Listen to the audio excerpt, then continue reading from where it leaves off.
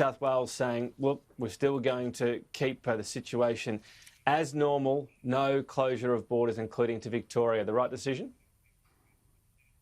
Look, I think it is. The New South Wales government following the health advice. Look, there's going to be a lot of movement in this area.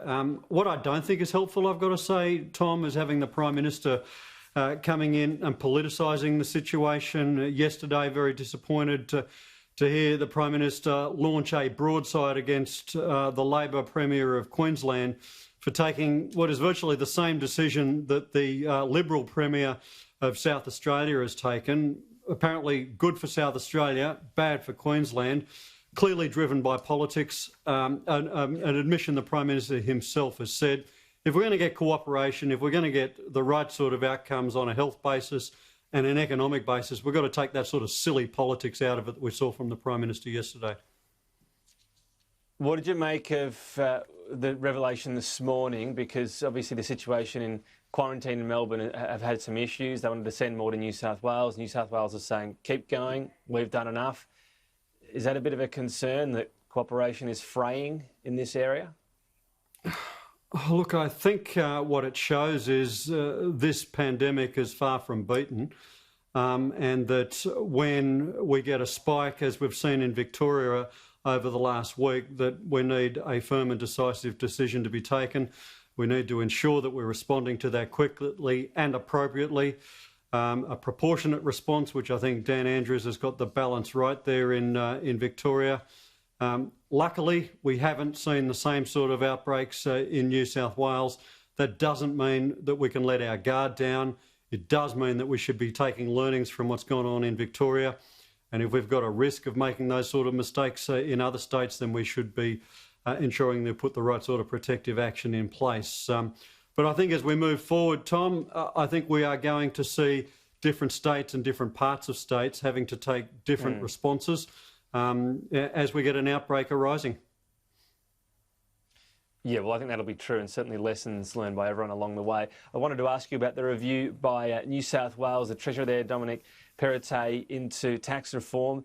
GST back on the table, at least from New South Wales' point of view. We'll see how much progress happens. The federal government hasn't been too keen on it. But if this were proposed, increasing and broadening the GST with compensation for those people that would be badly affected, the lower income earners, what would Labor's problem be with it? Look, I don't think in the middle of the deepest recession that we've seen in over 90 years, this is the right time for any government leader to be saying we need to increase the price of everyday goods, particularly food, because the essence of the proposal, as I understand it by the New South Wales Liberal Treasurer, is to expand the basis of the GST. The only place you can go is food, or the principal place that you can go is food. That's going to increase the cost of living for Australians who are already doing it tough. And as former Liberal Treasurer Peter Costello himself said this morning, simply increasing the rate is not tax reform. We've got to look at what sort of economic benefit we are going to get out of any changes to the tax system. I do think we need to look at stamp duty, for example, because I think one of the biggest breaks on new business investment, on labour mobility, is the existing stamp duty arrangements. A move to a land-based tax is being proposed and is being put in place here in the ACT. I think is a good move. We should be looking at those sort of initiatives, genuine reform, not just as is being proposed out in New South Wales at the moment, a hike in prices on food. That's being looked at as well. To be fair to Dominic Perrottet, that exact change is also mentioned, so you might support that one. But again, when you talk about increasing the cost of living, I think it's worth looking at. Tom, I think it's worth looking at. I think we do need to look at land tax. Yeah, OK, I understand it, but I just want to go back to the GST question, because I said if it compensates the low-income earners, and you said, well, we can't increase the cost of living, that's ignoring that part of the question. If the compensation's there, would it be something, or what would Labor's issue be with pursuing it?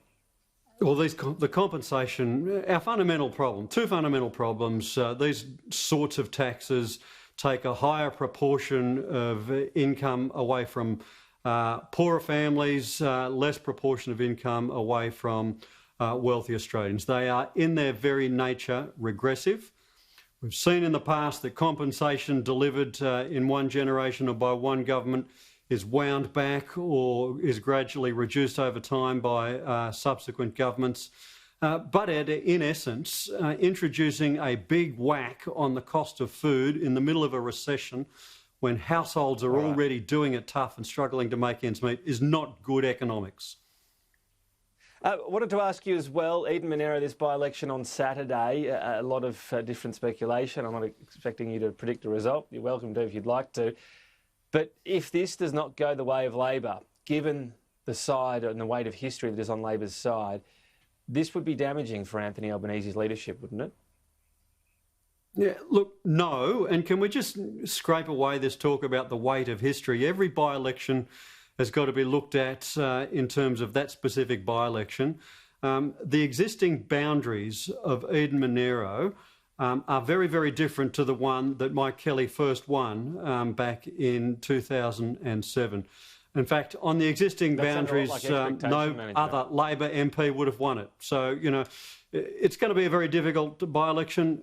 We think Christy McBain's doing a fantastic job. I don't think Parliament needs another climate skeptic in Parliament. I think Parliament needs somebody who's genuinely going to be fighting for recovery for those bushfire-affected areas, for somebody who is genuinely opposed to a hike in the GST and other taxes. So I think it's going to be tight, though, and I don't think there's a very good chance we won't know the result on election night itself.